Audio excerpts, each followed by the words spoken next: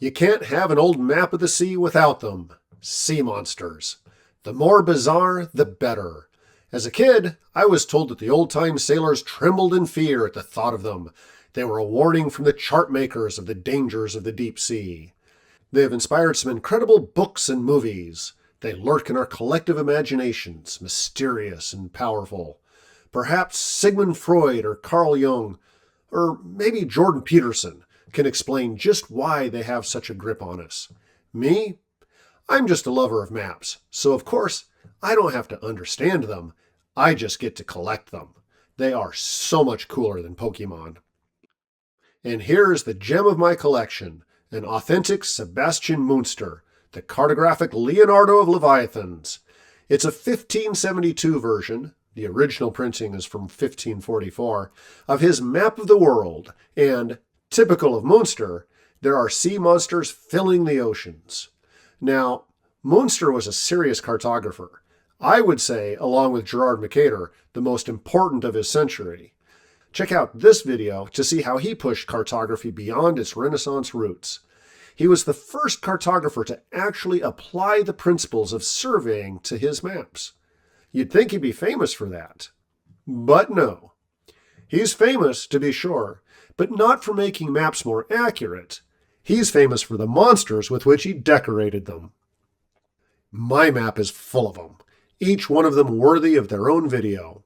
But we can only take one at a time, and today I'm picking this one, here in the upper right, just north of Zippongri, that is, Japan. He's called Ziphius. Look at that owl-like beak. Isn't that intimidating enough? Ideal for hunting selhoons, seals, or even larger prey. It's the huge dorsal fin that gave Ziphius its name. That fin is said to be like an enormous sword, capable of cutting through a ship's hull from beneath and sinking it. The sword of the Greek hoplites was called Zithos. The sword of the deep sea was our Ziphius. But what was Ziphius really? Let's play a little game. Scholars have suggested 3 different possible creatures as the inspiration for Ziphius. What do you think it was? Was it the orca? The goose-beaked whale? The giant squid? Or was it something else entirely? Welcome to the Eye of History. I like to take maps from my collection and use them as a window with which to study the history of, well, everything. If you are the intellectually adventurous sort and want to see unique perspectives on, well, everything, then hit the subscribe button and join the fun.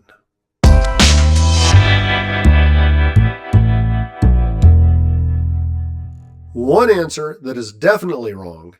Ziphius is not just a fantasy. My map was torn from the pages of Sebastian Münster's Cosmographia. Think of it as an encyclopedia of sorts. 1,200 pages of history, geography, engineering, and natural philosophy. It's a bit early to call it science.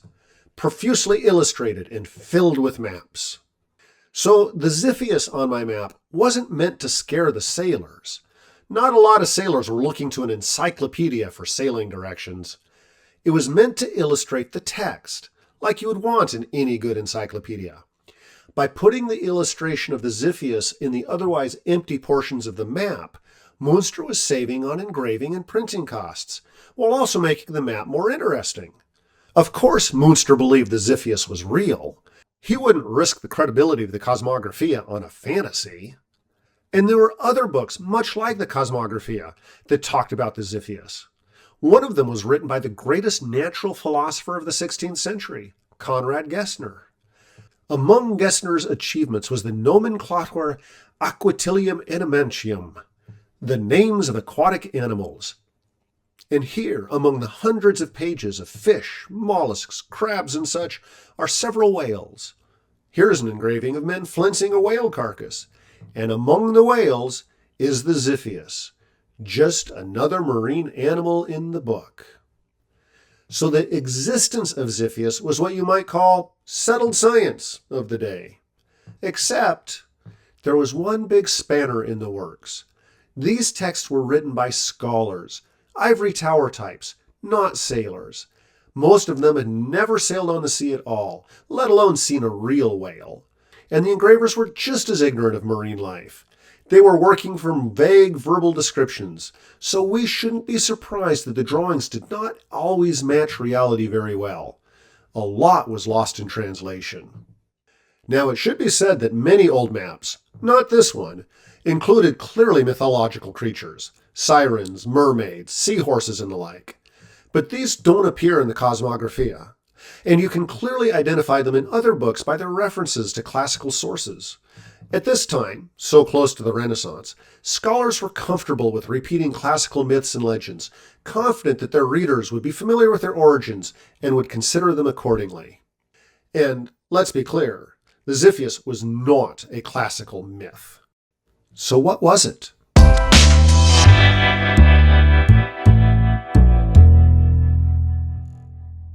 The most natural possibility is surely the orca, killer whales, the apex predator in every sea in which it swims. Orcas definitely hunt sailhounds, and their dorsal fins might not be a sword per se, but it is pretty substantial. But let's not jump to any conclusions quite yet. Let's look a little closer at the sources. We'll start at the beginning, the oldest source we have on the Ziphius. It comes from an obscure book, the Ortus Sanitatis, published about a decade before the Cosmographia. The illustration shows something very much like a Dungeons & Dragons owl bear. It doesn't look like a sea monster at all. But the description says otherwise. Ziphius is a sea animal, unlike any other, the largest snarling type of whale. The head is monstrous, the mouth is very deep, and the body has horrible eyes. It is unlike anything but a whale. That's not a great match for an orca. I've never heard any whale eyes ever described as horrible. Have you? But maybe those white patches were mistaken for eyes. We'll keep our minds open. The second oldest source we have is the Cosmographia. And here we have a problem.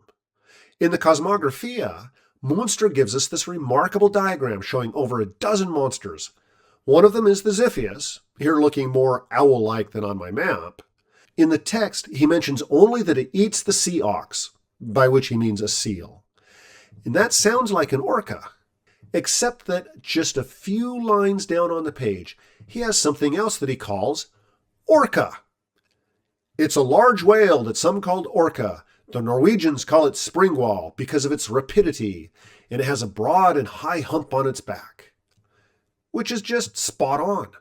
An orca is one of the fastest mammals in the sea. They can sprint over 30 miles an hour, and the dorsal fin does give the impression of a hump. So Munster could not have been more clear in his opinion. The owl-beaked Ziphius and the orca are two different creatures.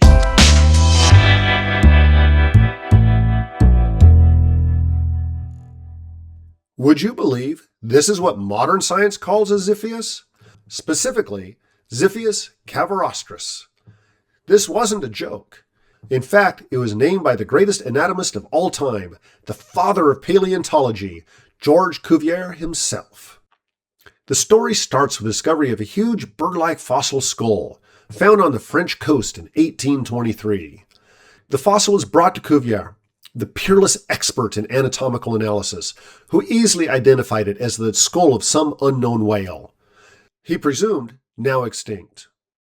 This was nearly 300 years since Munster's map, and at that time no one had brought an actual Ziphius to light.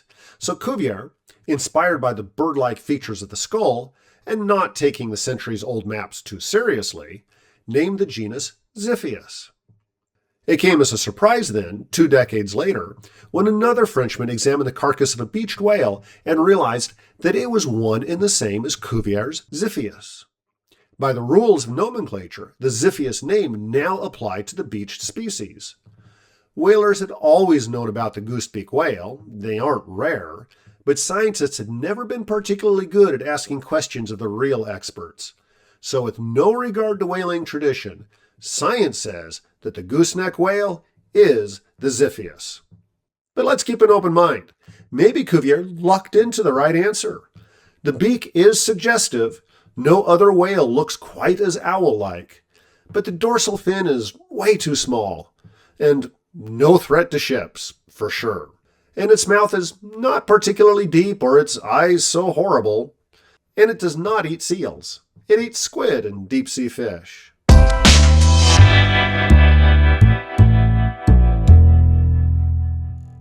Speaking of squid, perhaps our Ziphius was itself a squid. That was the pet theory of France's greatest expert in marine invertebrates in the early 19th century, a colleague of Cuvier by the name of Pierre Denis de Montfort. Montfort was the go-to guy for all things squid, clams, and snails. Montfort's argument for Ziphius being a giant squid, he called it a kraken, were pretty reasonable. First, both the Ziphius and the squid have a beaked mouth, and the squid's mouth could be described as deep. The body of the squid does resemble a sword, and given their backwards locomotion, it's possible to imagine a squid impaling a ship with it. And its eyes are, no question, horrible. Even the seal hunting is not implausible. Whalers had often reporting finding marks on sperm whales, round marks from a squid's suckers and gashes from their beaks. Seals also hunt squid, and it's possible that similar marks were found on seals, although I haven't been able to confirm that. Obviously, the drawings we see in the old texts look nothing like a squid, but none of the artists that drew them ever came near an actual Ziphius. Personally, I rather like the theory, but I have to admit, Montfort was very much a squid fanboy. He, much more than any yarn-spinning sailor, was responsible for popularizing the Kraken myth. He wrote, with great scientific authority, of colossal octopi attacking ships. Late in his career, he even blamed the mysterious loss of 10 British warships to a massive Kraken attack. Unfortunately for Montfort's reputation, the British knew perfectly well that the ships weren't capsized by Kraken, they were lost in a hurricane. Montfort ruined his career with these over-the-top conjectures, and he died discredited, penniless, and starving.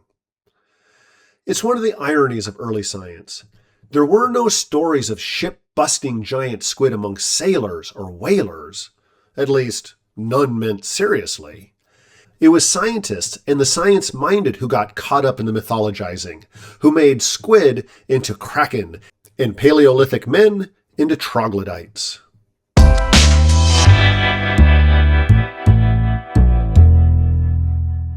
Could it be something else? Is there any other marine species that fits the description, even if imperfectly? We're looking for something that eats seals, has a big mouth and a sword-like dorsal fin, and horrible eyes. Any thoughts?